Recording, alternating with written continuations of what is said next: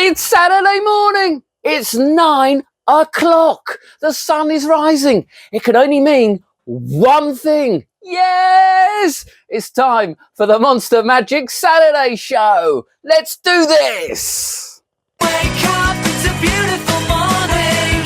Feel the sun shining for your eyes. Woo-hoo-hoo! Good morning, people, and welcome to another Saturday Magic show brought by me, Alex Kirk of Monster Magic. The sun is out. It looks like the weather is coming back, and it could be another gorgeous weekend, so get those guns out.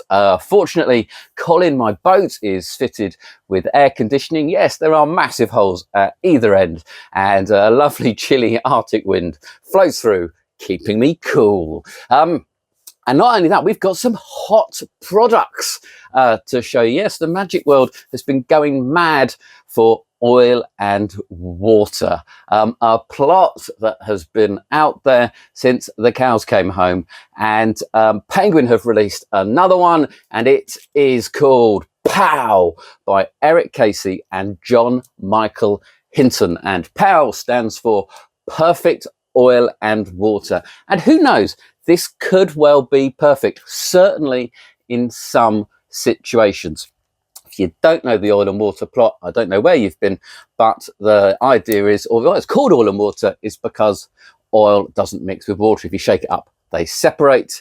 And with perfect oil and water or other oil and water routines, usually you've got cards that are red and black, and you mix them together and they separate again. So usually it is done either with, usually it's just done with the faces. So you usually have sort of three pipped black cards, three pipped red cards. You mix them up and they separate. That is the traditional way of doing it. Certainly all of the old sleight of hand methods go along those lines. Occasionally it's done with the backs being red and blue, usually with bicycle backs. This does it with both. Yes, you mix the faces and the backs mix, which is ingenious, makes it super clean. And this is why I think this is called Perfect Oil and Water, because not only do the backs mix, the faces mix. It is really easy to do, and it is super visual. What you get in here are the cards, and the cards come ready to go straight from the pack. So here they are, and you see, if I do that, you see you've got red cards and blue cards, and they're red and blue on here.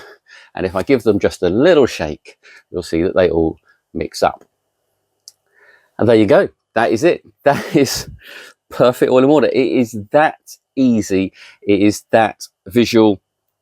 The one drawback of this oil and water, or some of the drawbacks of this oil and water, are that what you're doing is hitting them with the best oil and water phase right from the start. So it's very hard to get a decent long routine from it. Certainly for close-up, it's a very quick trick, really, and it's only got the one phase. I'll come to Craig Petty, who's also on the tutorial as well. I just can't get enough. I just can't get enough. But it can be done in different ways. So the tutorial starts with Erik Casey. The tutorial's about an hour long, by the way, which for such a simple, easy to do trick, it shows you how much thought and effort and how much value they've wanted to add with this. So you get the cards, they're perfect to start off with. If you do get them out of order, you might be in for a bit of a nightmare, but it is all explained on the tutorial nice and clearly. If you take your time, you will get them back into position. You know, just be careful with them straight from the pack. As soon as you first get them, you're very inclined to play with them and everything else. Try and keep them in the same order for a little bit. Then you'll probably start watching the tutorial, and then you'll understand how the method works and how all of the cards go together. There's a close-up routine, which is essentially a slightly lengthened version of what I've just shown you. You show that you've got three red cards, three blue cards, and they mix up. And that is brilliant. It's really visual, and it is really nice. You then have Erik runs through the doing it with the glass, where you drop the cards into a glass, give the glass a shake, and then spread them out, and they've mixed or separated. That is the way that Jackie Yu did it on, I think it was Instagram, and might have been on YouTube, I don't know. can't remember, but he's been smashing it on that with all of his charm and exuberance. And then you have John Michael Hinton running through his routine that he does in a sort of parlour / stage show environment. And I think that is possibly where this is the best environment. It was certainly an environment where John pushed Erik to come up with this. So the history of this is that John asked Erik if he could make his poker test 2.0, which uses a very similar method to this, to do oil and water, and they struggled with it until they came up with exactly how to treat the cards and put the cards together on what cards they needed to do it with, which I imagine is no easy feat, and obviously took a lot of trial and error. So it's in that environment I think this really plays well, because you can go a bit slower on stage and parlour as well, and you get these nice clean displays of the cards up high here, and it's all, I don't know, it's nicer, and it's all above the face, and you drop them into the glass, you give the glass a shake, and it looks much more magical in a way, rather than like you're just fanning the cards. So for parlour and stage, I think this probably is one of the best oil and waters out there, and very close to perfect. For close-up, for me, it's a little bit short, and like I say, you're hitting it with the best phase first. Craig Petty is also on the tutorial, and he goes through his close-up version of this effect. He clearly loves this effect, and you can really see why. And he does a multiple phase of them mixing and unmixing. He actually starts with the mixed, I think. And that is it's a really good routine. It is got lots of phases. It does last a couple of minutes, and it's nice and interactive. But for me, because you're doing essentially the same move, so it's, I mean, you know, you're already having to spread the cards from different ends each time, like you do in poker test. For me, it gets a bit repetitive, and I think it becomes slightly obvious to the audience that there's something with the cards and how they're orientated, because there are just slightly too many phases in Craig's routine for me. And like I say, the problem with it on a close-up thing is it is fairly limited to that move, but it is incredibly visual. Another interesting thing about this is just how adaptable it is. On the tutorial, Nick Lopoco runs through how these cards are made, how they're all gaffed up, and it's very similar to Erik's poker test. If you're familiar with that, you'll know exactly sort of what you need and what to do. But that means you can gimmick this, and it's very versatile. So you don't have to use red and blue bicycle cards. You can use a stronger black card if you're sticking to the oil and water. But also, it gets anything. You could do it with, you can have apples and oranges if you're doing it for children, for example. You could have, well, apple and Android if you're doing it for grown-ups. So it's a great little trick. It's a great packet trick. It's super easy to do.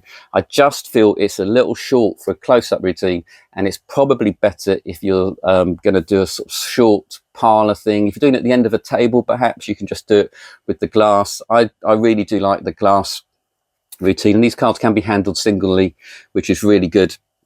Just try and keep them in this order to start off with. Perhaps you might want to take a photo of them as well, so you know exactly how they arrive. The method, like I say, is devious and simple, and Erik calls it his poker test method, but actually this method for using and how these cards are gimmicked comes from Dr. L. Robart in the Jinx back in December 1938.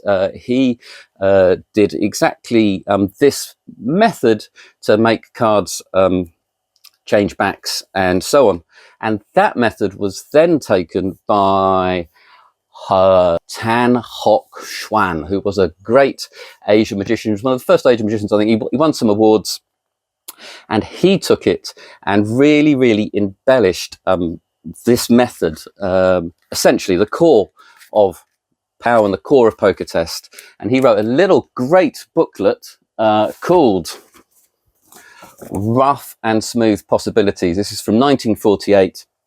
You can still buy it, and I got this from the Magic Circle library, and it is a brilliant, brilliant booklet. And Tan Hock Chien has taken the principle and really run with it, and he has come up with some brilliant routines for it, including in here is a trick called R and S, a poker hand, and that is exactly what Poker Test 2.0 is.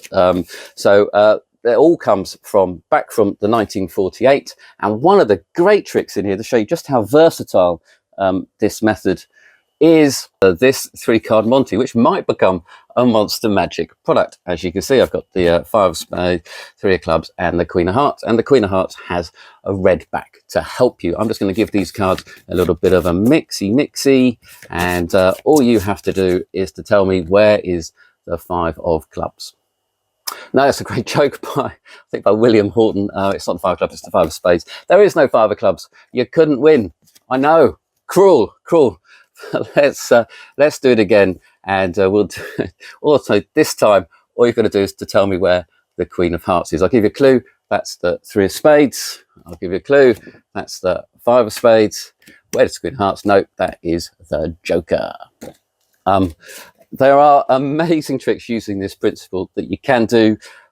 Perfect Oil and Water is an incredible fresh take on this method. It is an incredible fresh take on oil and water, and it is very versatile. It is very easy. The only issue I've got is it's very hard to create a routine that builds throughout, and I think that is possibly where Craig's close-up routine, although it's nice and it stretches out and it has got multiple phases, it doesn't build in the dramatic sense that you can do with Anthony Owen's Ultimate Oil and Water, for example, or a classic sleight of hand version. It's $18.99. It's super easy to do. It's highly visual, but it is limited in some ways. This is Perfect Oil and Water by Erik Casey.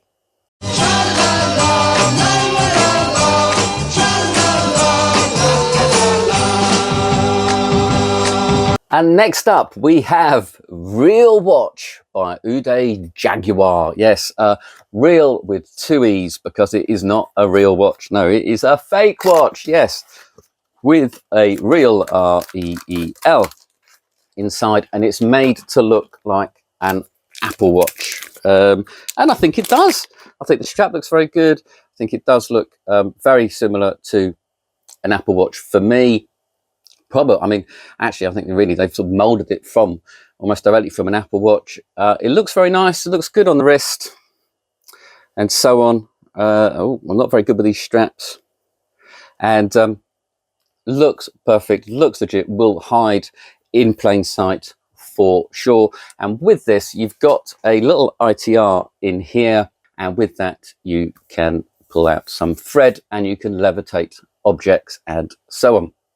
What I will say is it's a very basic ITR. It is the standard one that you used to get from Sorcery Magic, and now is made by Uday. It's a series of elastic bands of thread wrapped around them, which makes it very easy to service.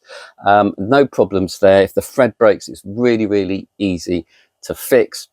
You get a tutorial by Javier from Murphy's, who is very enthusiastic about this, and he teaches you how to animate various objects from pens, banknotes, wine glasses. He also teaches you some good card tricks, the Haunted Deck and the Rising Card.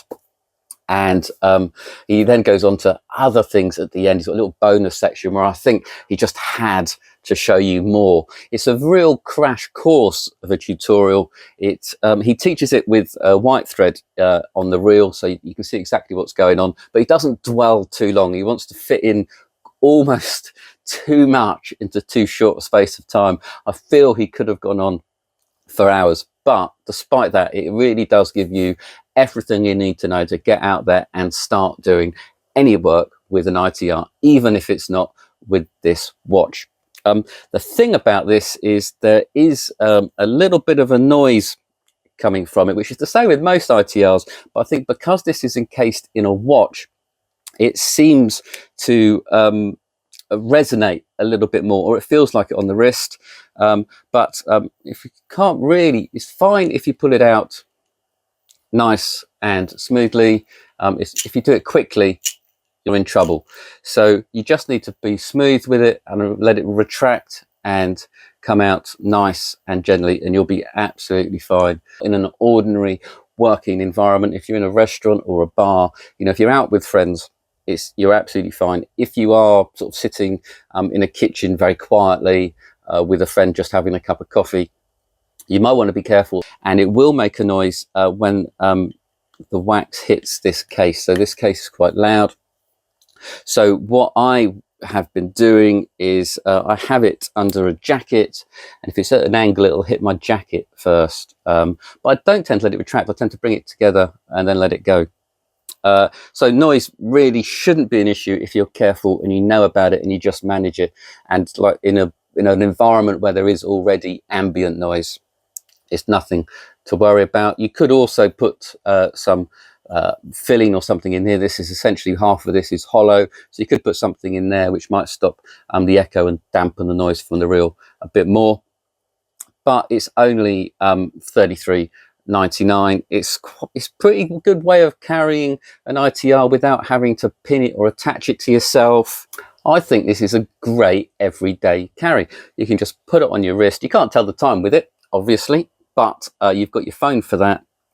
But then you can levitate and move anything, which is possibly one of the most powerful effects you can do. Levitation animation is always a closer in most people's sets. And you can really blow people away with it. Like I say, just manage the noise. It's a shame they didn't think a bit more about the noise. They could have had a little bit of a rubber O-ring. I might actually sort of glue a small one of those black O-rings that you can get onto the edge of this to stop making some noise when the wax hits it. And I might actually try stuffing some stuff inside.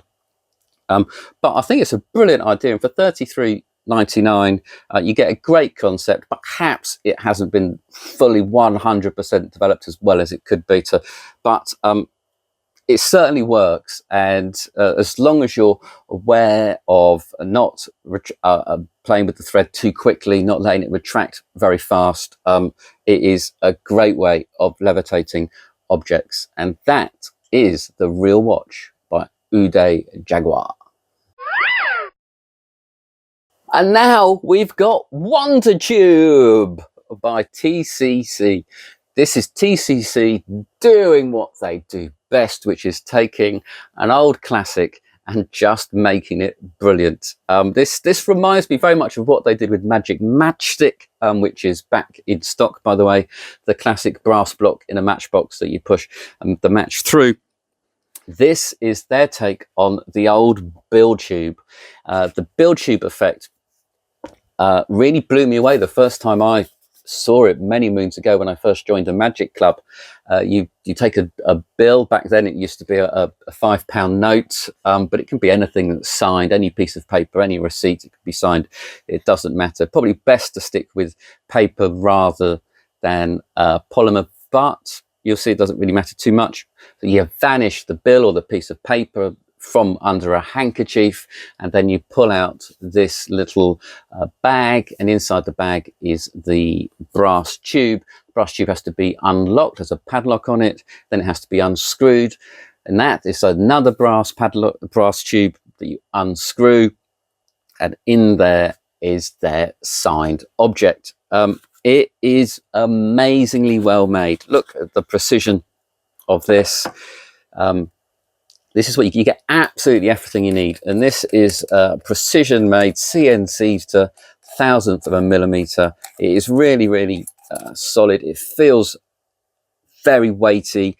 I don't know how to get weight to go across the screen.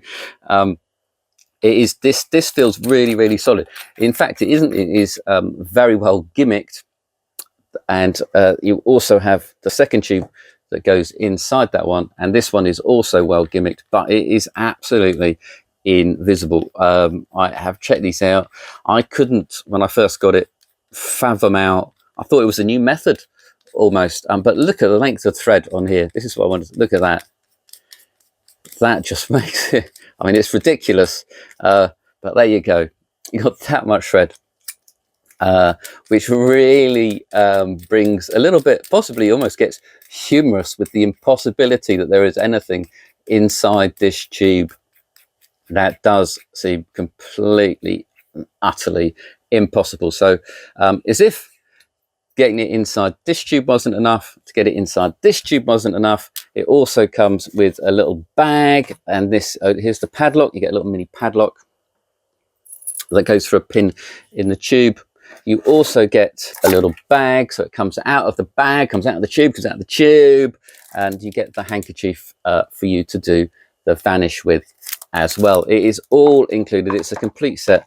The tutorial is subtitled, but is brilliant. It is perfectly clear. It tells you how to look after it, how to maintain it. It tells you absolutely everything, you know. And the routine is just really, really good. You can have it so sometimes the bill is just vanished, and then you bring this out and it's unlocked. You can also have the bill change into the key, and then have that key open the lock, which is a nice touch. But also it doesn't have to be. They go through various other objects that you can vanish and make reappear inside here. It is a really, really strong effect that has been long forgotten. I think perhaps because these used to be cigar tubes, I think they were based on, and something like that, which have gone out of fashion. But for me, it is still an incredibly impossible place for anything signed to turn up in. You know, no one's seen one of those little box with a padlock on either. That seems bizarre enough. These are great. They are so well made. The secret is so well hidden. It is a beautiful, beautiful prop. It is a great little trick. It's easy to do as well. You know, I really can't fault it very much as a magic trick. Apart from the lack of organicness of these, it is a great close-up trick for sure. And this is one of the, I mean, it's got to be the best version ever of it. Well done, TCC. That is TCC and Wonder Tube.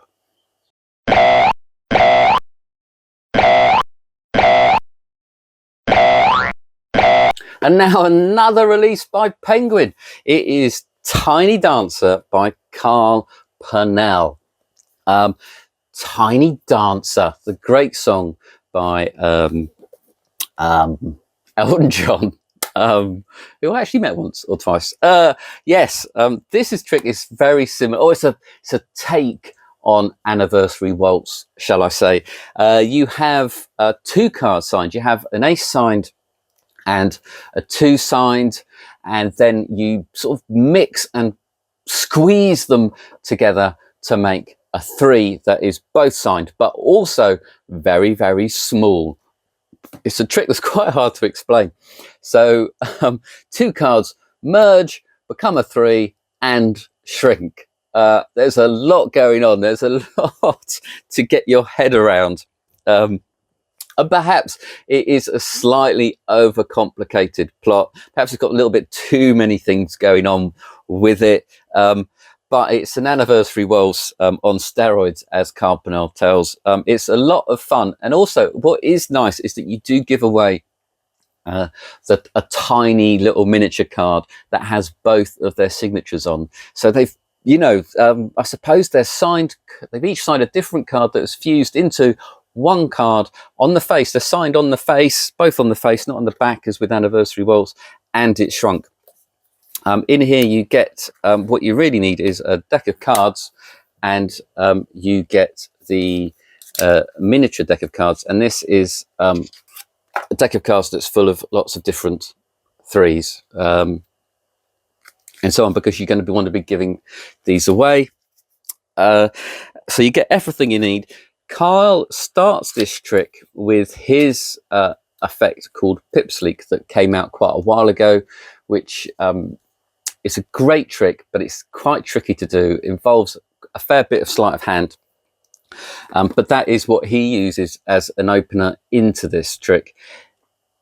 He teaches on this at the start, before he teaches Tiny Dancer, he teaches a sort of reduced, slimlined version of Pipsleek to get into this. And that's a great bit of added value. And it's nice because this is going to be your closer, really, because you're going to give them the giveaway, and there's a lot going on. It's just going to blow their mind to start off with the little reduced redux of Pipsleek is a very good idea, and the reduced version isn't as difficult as the original Pipsleek.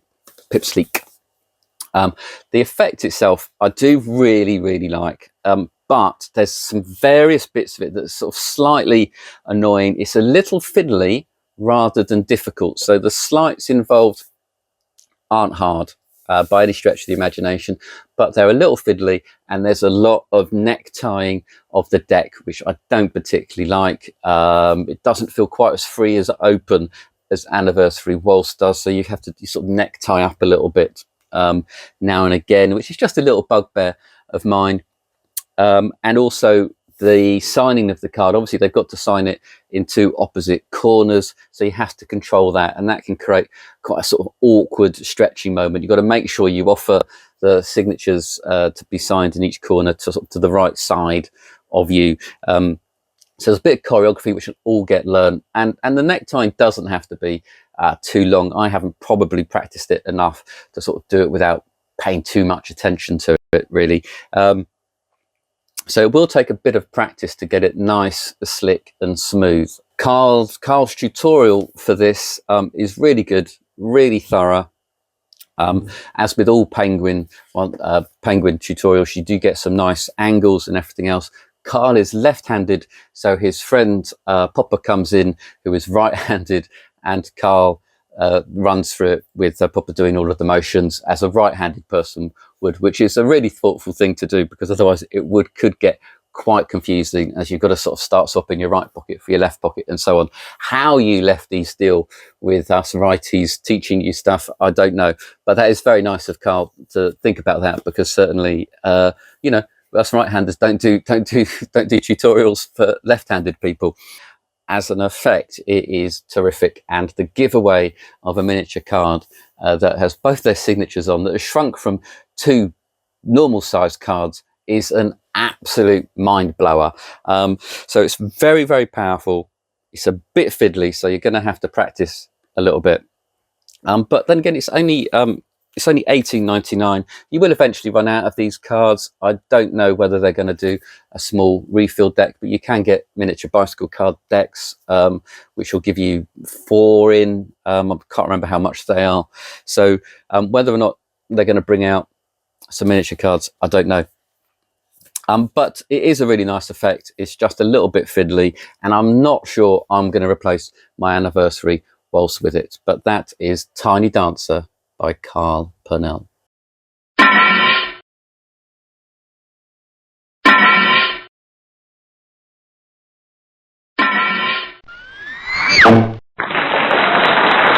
And finally, we have WBD. Yes, Water Balloon Dropper. This is currently on pre-sale. I'll probably take it off pre-sale now because it's released on Monday.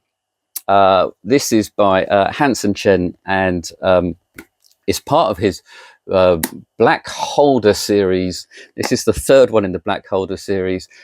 This is amazing. I wasn't expecting to be so excited by this, but just looking at it and watching the tutorial, this is just awesome. It is essentially a ball holder.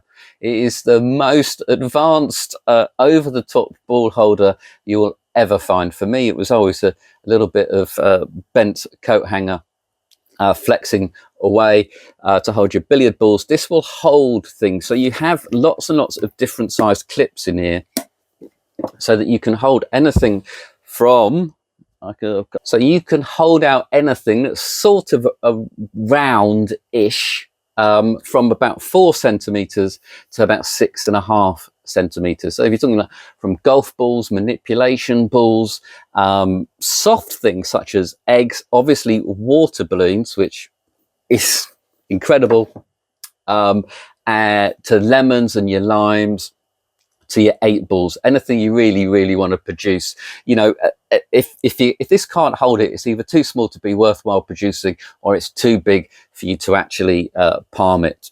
And so to do that, you have various different sized clips. The clips are brilliantly designed so that when you remove the object, it doesn't touch them.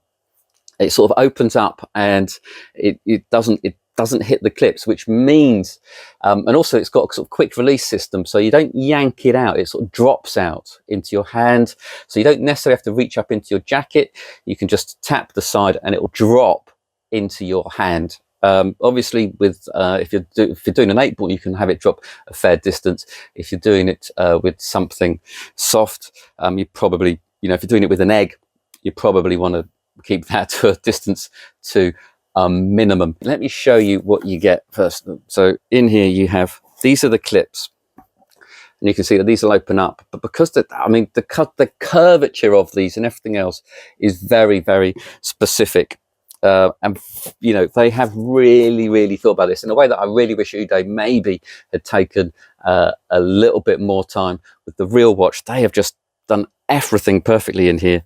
It's going to take quite hard to get it out. Here we go. And here is the holder, and what you do is you put these clips. So when you've put the clips in, this is what you end up with. So what you do is you put your object that you want to hold in there. I really wish I had something. Squeeze it together, and then you can just squeeze here and it releases it. It's really well made. You can put all sorts of things in here, and just carry them around nice and safe. This is hinged as well, so it'll always fit nicely close to your body, and also if you're sitting down or anything like that, it'll ride up nicely, so you won't end up sitting on anything or crushing anything. Everything has been considered. It's really well made. It'll fit anybody, it'll fit most belts, and this can go up and down to adjust exactly where you want it on your body, on where you want it height wise to fit sort of, just above your jacket lining, I'm guessing.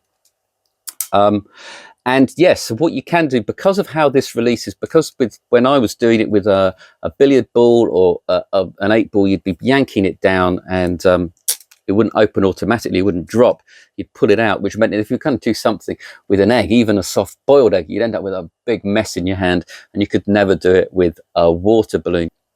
This is perfect for a water balloon, and that is what the tutorial is based on. The tutorial is subtitled, but that's absolutely fine. It is all really clear, and he teaches you how to show an empty glass and then produce some water in that glass, either with a cloth or just with pure naked hands. He shows you how to make the water balloon, which is from a condom, which you're obviously very cheap and easy to get hold of. Don't use an ultra thin condom, because that may well break, and that's never good in any situation. So he teaches you that. He teaches you what to use. He uses tea. He teaches you how to fill it up, how to tie it. He teaches you how to make the steel. He teaches you how to produce it inside the glass. If you ever wanted to produce a liquid inside a glass, this really is the ultimate way of doing it. But again, if you even want a very super clean way of stealing your 8-ball for any 8-ball effect, or even just for your lemons and your limes, for your cut ball, for your chopped cuts, or for your bill and lemon, this is just a beautiful way of doing it, and also will save on pocket space as well. I just absolutely love it. I'm just so excited by it. Maybe it's just because it's such a James Bondy gadget, but also because it works so well. And to produce liquid into a glass is one of those amazing effects. And the tutorial teaches you all of the handling for it, and all of the subtleties, and all of the direction as well. I think it is incredible. It is Water Balloon Dropper by Hanson Chien. And that's it, I'm afraid. It's the end of another Saturday show, but it is the start of your weekend. So if you haven't already, get out of bed, put the kettle on, put some toast in the toaster, sit back and just think about what you're going to do this weekend, what magic you're going to perform, and how much fun you're going to have with the best hobby in the world. Bye-bye.